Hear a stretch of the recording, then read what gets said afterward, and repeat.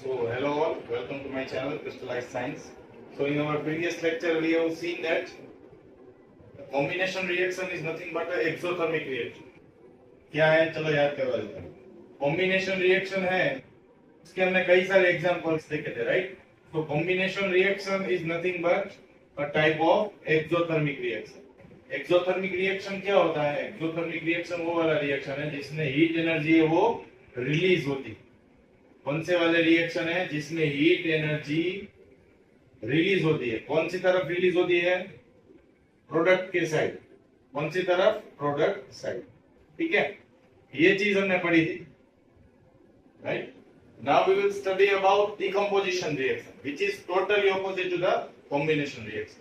Combination reaction क्या था? फिर से याद दिला देता हूं. A plus B gives C, simplified form. दो रिएक्टेंट से एक प्रोडक्ट बनता है. डिकम्पोजिशन रिएक्शन में क्या होगा? एक रिएक्टेंट है और कई सारे प्रोडक्ट्स मिलेंगे. कैसे मिलेंगे चलो देखते हैं.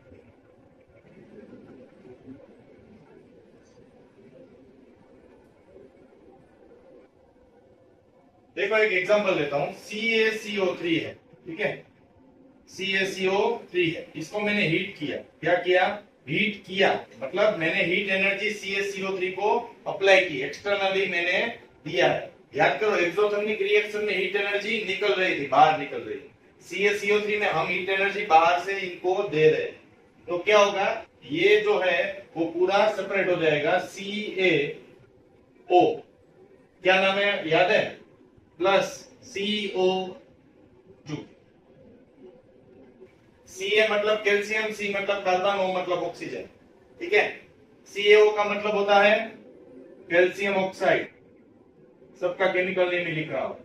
वो CO2 का मतलब कार्बन डाइऑक्साइड, बहुत ही जाना पहचाना. ठीक है? CaCO3 का मतलब कैल्शियम कार्बोनेट. कैल्शियम कार्बोनेट, ये नाम तो आपने सुना ही है. ठीक है, ये समझ में आ गया होगा, राइट?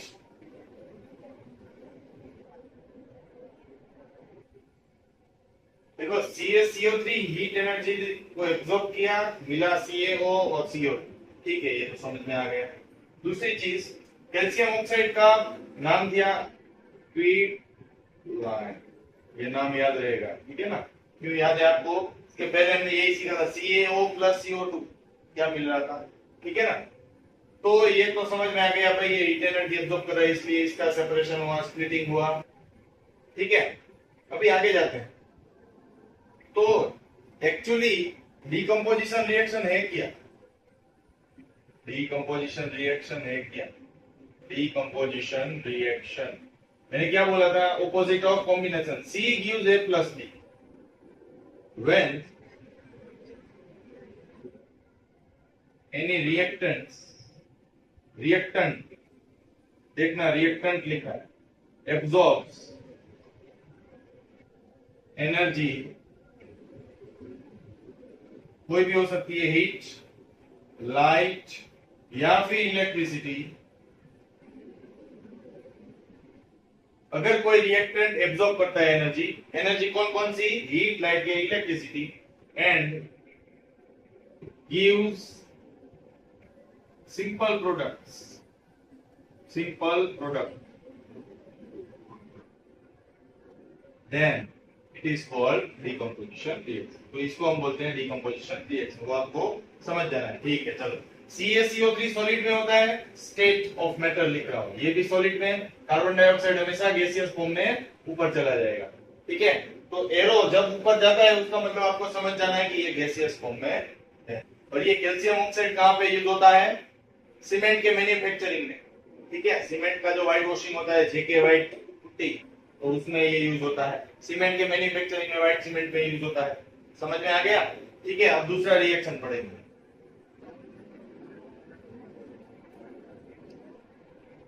दूसरा रिएक्शन करते हैं कि फेरस सल्फेट के क्रिस्टल है, इसको हमने हीट किया फिर से. ठीक है, हमें क्या मिला? Fe2O3 plus SO2 plus SO3, ये. ठीक है, बैलेंस से देखो तो वो वाला रिएक्शन में मैं बैलेंस की बात नहीं की. क्यों? सबकी बैलेंस मोस्टली सेम थी और बैलेंस ही हो चुका था. वो आपको देख लेना है, ठीक है। ये थोड़ा बैलेंस मुझे नहीं लग रहा है। देखो FeSO4 को जब हमने गर्म किया तो FeSO4 जो है वो स्प्लिट हो गया, इसमें फेरस ऑक्साइड में, सल्फर डाइऑक्साइड में और सल्फर ट्राइऑक्साइड, ठीक है। FeSO4 के क्रिस्टल सॉलिड में थे, Fe2O3 आपको सॉलिड में मिलेगा, SO2 गैस में और ये भी गैस में, तो ये दोनों उड़ जाएंगे, ठीक है। इसलिए मैंने ऊपर एरो लगाया। ओके, इसका नाम क्या है? Ferrous sulphate. पहले नाम लिख देता हूं, फिर बैलेंसिंग करेंगे। Gives you ferric oxide,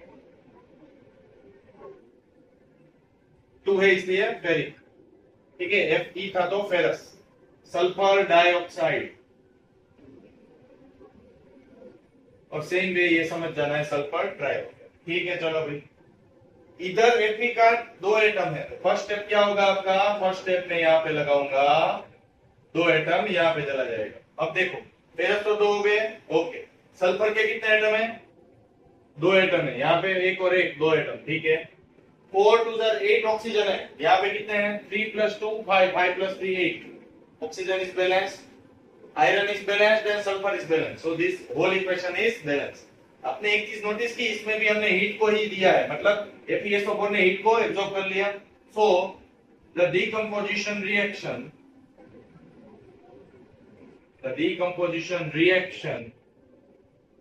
in which heat energy is absorbed, heat energy याद रखना, are called थर्मल नाम सुना है ना, थर्मल मतलब हीट, थर्मल डिकम्पोजिशन रिएक्शन, ठीक है। समझ में आ गया? तो जो हीट को यूज करता है खुद को स्प्लिट करने के लिए, वो वाले रिएक्शन का नाम है थर्मल डिकम्पोजिशन रिएक्शन। ओके, चलो ये तो समझ में आ गया। अभी मैं और एक एग्जांपल दे रहा हूं आपको। एक लीड नाइट्रेट वाला है, वो आपको घर से ट्राई करना है, नहीं आता है तो बाद में सॉल्व करेंगे। अभी मैं आपको एक सनलाइट से कैसे स्प्लिटिंग होता है, AgBr, ठीक है। क्या देता है आपको? Ag+Br, ठीक है। ये चीज के बारे में हम पढ़ेंगे। मतलब सिल्वर ब्रोमाइड, नाम क्या है? Silver bromide. पर ब्रोमीन का एटम हमेशा डायटोमिक होता है। डायटोमिक मतलब वो हमेशा 2 एटम के साथ ही पूरा एक मॉलिक्यूल बनता है ब्रोमीन का, ठीक है। तो यहाँ पे क्या लगाऊंगा? 2, यहाँ पे क्या लगाऊंगा? सिंपल। क्या सेपरेट हो गया? सिल्वर। यहाँ पे क्या निकला? ब्रोमाइन, ठीक है भाई। बीच में कुछ लगाया होगा ना, सनलाइट लगाया। क्या लगाया? सनलाइट लगाया। सनलाइट को एब्जॉर्ब कर लिया सिल्वर ब्रोमाइड ने और सेपरेट हो गया Ag और Br, ठीक है। ओके, तो the reaction in which sunlight is absorbed to give products are called photolytic decomposition reaction. AgCl वाला टेक्स्ट बुक में आप खुद से कर सकते हो, ठीक है। सेम ही है, इसके जैसा ही है, वैलेंसी भी सेम, ठीक है। चलो, सनलाइट वाला समझ में आ गया, राइट। अभी इलेक्ट्रोलाइटिक डिकम्पोजिशन रिएक्शन करेंगे, उसके बाद हम लीड नाइट्रेट वाला एक बड़ा सा कॉम्प्लेक्स रिएक्शन को बैलेंस करेंगे, और वो एक टाइप ऑफ थर्मल रिएक्शन ही है, ठीक है। थर्मल डिकम्पोजिशन रिएक्शन ही है। कैसे उसको बैलेंस करेंगे, कैसे सेपरेशन होता है, वो सब चीजें देखेंगे। तो पहले हमने क्या देखा? Thermal decomposition. अभी हमने क्या देखा? Photolytic decomposition. क्यों फोटोलिटिक? क्या एब्जॉर्ब किया? सनलाइट एब्जॉर्ब किया। उसमें क्या एब्जॉर्ब किया था? हीट एनर्जी एब्जॉर्ब किया था, याद रहा। और अभी एक तीसरा बाकी है, जिसमें इलेक्ट्रिसिटी का यूज करके खुद को एनायन और केटायन में बांट देंगे। जो कौन सी प्रोसेस में यूज होता है, गेस कर सकते हो? जो आपने चैप्टर नंबर 13 स्टैंडर्ड 8 में पढ़ा था, इलेक्ट्रोलिटिक प्रोसेस, ठीक है। इलेक्ट्रोलिटिक डिकम्पोजिशन रिएक्शन भी होता है, ठीक है। बहुत ही सिंपल है। NaCl गिव्स यू, इसमें क्या करो आप? इलेक्ट्रिसिटी लगाओ सेल से, मालूम ही है ये प्लस है ये माइनस है, दोनों आपको अलग अलग Na प्लस और प्लस Cl माइनस, ये कहां पे मिलेगा आपको और ये कहां पे मिलेगा? ये मिलेगा आपको कैथोड पे, ये मिलेगा आपको एनोड पे। नाम लिख रहा हूं ऊपर, इसका नाम है सोडियम, इसका नाम है क्लोरीन, क्लोराइड मत लिखना, इसका नाम है सोडियम क्लोराइड। ये सब चीजें की बहुत ही ध्यान रखना है। जब कंबाइन होता है तब पीछे आईडी लगता है, खुद के फॉर्म में तब आयन लगेगा। समझ में आ गया? तो सोडियम और क्लोराइन दोनों सेपरेट हो जाएंगे। तो here electricity is absorbed, the reaction in which electricity is absorbed to form products are called electrolytic decomposition reaction. Electrolytic decomposition reaction. चलो, तो इसमें क्या एब्जॉर्ब हुआ? इलेक्ट्रिसिटी। समझ में आ गया? तो डिकम्पोजिशन रिएक्शन में हमेशा एनर्जी एब्जॉर्ब होती है। एक्सोथर्मिक प्रोसेस में क्या हो रहा था? याद करो, रिलीज होता था कुछ, क्या? एक ही चीज, हीट एनर्जी या कुछ एनर्जी रिलीज होती थी। इसमें एनर्जी ले रहा है, राइट? तो लेता है तो एंडोथर्मिक, वो एक्सोथर्मिक, एग्जॉस्ट। आपने नाम सुना है एग्जॉस्ट? एग्जॉस्ट कहाँ यूज होता है? हमारे व्हीकल के साइलेंसर में एग्जॉस्ट होता है।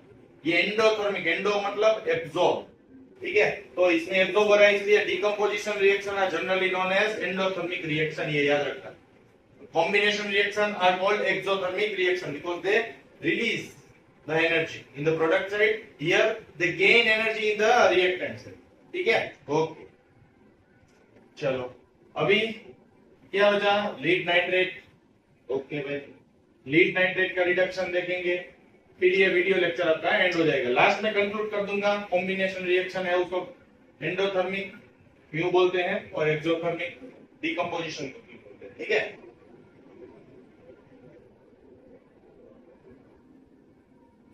तो एक लीड नाइट्रेट PbNO3 ट्वाइस होता है, ठीक है ना? Use you lead oxide, okay, plus nitrogen dioxide gas plus oxygen, ये सब चीजें आपको देने वाला है। जब आप इसको गर्म करोगे, हीट एनर्जी दोगे, तब थर्मल डिकम्पोजिशन प्रोसेस, ठीक है? लीड ऑक्साइड दिया हमें, नाम लिख देते हैं लीड ऑक्साइड, इसका नाम है नाइट्रोजन, 2 एटम, डाइऑक्साइड, इसका नाम लिखने की जरूरत नहीं है, स्टेट लिख देते हैं, solid state, gaseous state and gaseous state. Okay, clear? अभी प्रॉब्लम क्या है? यहाँ पे NO3 ट्वाइस, 3 2 6, यहाँ पे 2 और यहाँ पे 2, 4 + 1 5। ओके, तो क्या करना पड़ेगा? यहाँ पे 2 लगाता हूं, ओके, तो देखो 2 + 2 4 + 2 6 हुआ। अभी यहाँ पे 2 लगाने से यहाँ पे भी 2 लगाना पड़ेगा। ओके भाई, ये तो लगाया। अब क्या हुआ देखो तो, नाइट्रोजन 2 गिनना है। देखो यहाँ पे मैंने 2 क्यों लगाया? ऑक्सीजन को बढ़ाने के लिए मैंने यहाँ पे 2 लगाया, क्योंकि मैंने यहाँ देखा 2 + 2 4 + 1 5 हो रहा है, यहाँ पे क्या है 6 हो रहा है। हमेशा एक चीज याद रखना, आपको इवन नंबर में लेके आना पड़ेगा, ठीक है? तो 3 2 6 था, मैंने यहाँ पे 2 एटम बढ़ाए, राइट? यहाँ पे क्यों लीड के 2 एटम बढ़ाए? क्योंकि मैंने यहाँ पे भी 2 एटम बढ़ाए। चलो ये तो समझते हैं। अभी देखो नाइट्रोजन के कितने एटम्स हैं? फिर से रिपीट कर रहा हूं, 2 2 4 एटम्स है नाइट्रोजन के रिएक्टेंट से, 2 2 गिनना। तो वैसे ही ऑक्सीजन के कितने होंगे बता सकते हो? 3 2 6, 6 2 12। कुछ नहीं है तो मल्टीप्लिकेशन सेम एज दैट, बीच में प्लस आता है तो प्लस कर देना। 3 2 देखो 3 2 ये यहाँ का 3 2 किया और उसके साथ 2 का मल्टीप्लाई 12 हुआ, ठीक है? समझ में आ गया? तो नाइट्रोजन कितना बना? 4, तो यहाँ पे मैं 4 लगा देता हूं। अब देखो तो कितना हुआ ऑक्सीजन? अब सब कुछ समझ में आ गया होगा। देखो लीड के कितने एटम है भाई? 2, ठीक। ऑक्सीजन के 2 + 8 10, 10 + 2 12। ऑक्सीजन कितना हुआ? 2 + 8 + 2 दैट इज इक्वल टू 12। देखो 2 8 2 12 कंप्लीट। ओके, नाइट्रोजन एक ही जगह पे 4, लीड कितने हैं? 2 है भाई, nitrogen 4, okay, match the following. Lead कितने हैं यहाँ पे भी? 2, मैच द फॉलोइंग। अभी समझ में आया क्यों मैंने यहाँ से स्टार्ट किया 2 लगाना? 2 से स्टार्ट करना है आपको, मैंने बोला था एरर एंड करेक्शन मेथड। समझ में आ रहा है? राइट, तो यहाँ पे E2 लगा सकते थे, राइट, तभी ऑक्सीजन बढ़ेगा। ऑक्सीजन E1 में आ गया, देखो यहाँ पे 2 + 2 4 + 2 6। तो यहाँ पे 2 लगाने से क्या प्रॉब्लम हुआ था? लीड को भी अप्लाई होता है और ऑक्सीजन को भी अप्लाई होता है। सेम वे वो 2 उठा के हमने कहा रखा? यहाँ रखा, ठीक है, फिर सब कुछ बैलेंस हो गया। So in this way you can easily balance each and everything. And yes, the name of this is lead nitrate. पहले मैंने बोला था, वर्ड में लिख देता हूँ, लीड नाइट्रेट। समझ में आ गया कॉम्प्लेक्स रिएक्शन कैसे बैलेंस हुआ है? टेक्स्ट बुक में इसके स्टेप्स नहीं दिए हैं, आपको मैं स्टेप वाइज समझा रहा हूँ कैसे क्या लॉजिक है, ठीक है, तो अच्छे से समझ लेना। और राइट करना तो समझ में आ जाएगा, लिख के प्रैक्टिस करना, जितना करो उतना। Right and practice you will know the logic easily. बहुत ही इजी है और बहुत ही सिंपल, ठीक है। चलो अभी एक समरी बना लेते हैं। अब तक हमने मेन 2 रिएक्शन पढ़े हैं, combination reaction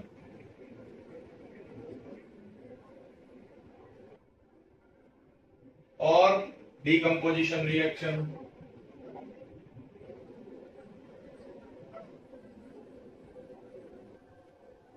okay, first difference क्या है?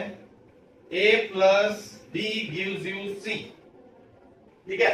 इसका ऑपोजिट हमने क्या पढ़ा? C gives you A + B। Okay भाई, मतलब ये फर्स्ट डिफरेंस हो गया। सेकंड डिफरेंस क्या था? इन such reactions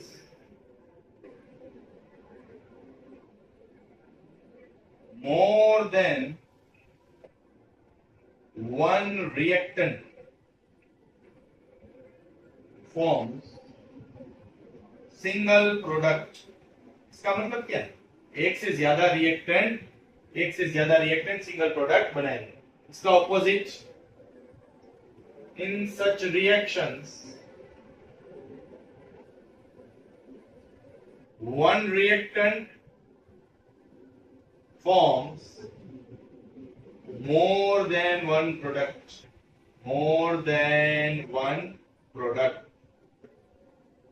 प्रोडक्ट्स लिखूंगा, ठीक है। इसमें एक से ज्यादा रिएक्टेंट होते हैं और एक प्रोडक्ट बनता है। इसमें एक ही रिएक्टेंट होता है और कई सारे प्रोडक्ट्स बनते हैं, ठीक है भाई। कॉम्बिनेशन रिएक्शन में heat energy is released on product side, याद रखना। इसलिए इसका नाम क्या था? Exothermic reaction. इसलिए इसको एक्सोथर्मिक रिएक्शन भी बोलते हैं, ठीक है, ये तो समझ में आ गया। तो इसका ऑपोजिट क्या है? रिलीज ऑन प्रोडक्ट साइड, याद रखना, प्रोडक्ट साइड पे रिलीज होगा, यहां पे कुछ एनर्जी रिलीज होगी, ठीक है, ओके। थर्ड, इसमें क्या है? हीट एनर्जी इज एब्सॉर्ब, वो एब्सॉर्ब करता है कौन से तरफ? On reactant side. और इसीलिए ये वाले रिएक्शन का नाम है एंडोथर्मिक। एंडो मतलब एब्सॉर्ब, थर्मिक मतलब हीट या कोई भी एनर्जी रिएक्शन, ठीक है। जनरली ज्यादा होता है, लाइट और वो वाले रिएक्शन थोड़े कंपेरेटिवली कम होते हैं, ठीक है।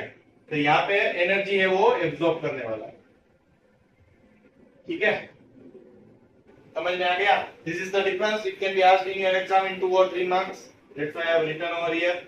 एक एग्जांपल दे देना है ऐसा हो तो, right, okay. So I hope you must have got what is the meaning of combination reaction, what is the meaning of decomposition reaction, what is the difference between the two, what is the meaning of endothermic reaction, what is the meaning of exothermic reaction, and yes, इसके साथ आपको balancing भी थोड़ा बहुत अभी आ गया होगा, right. Try to attend the in text question, statement वाले हैं वो, स्टेट कैसे होता है, राइट, एक्वियस स्टेट में और लिक्विड में क्या फर्क है, राइट, वो सब चीजें लर्न करना बहुत ही जरूरी है। तब तक वीडियो देखते रहिए, बैलेंसेस लर्न करते रहिए, right? Happy learning. Do like, subscribe and comment my channel.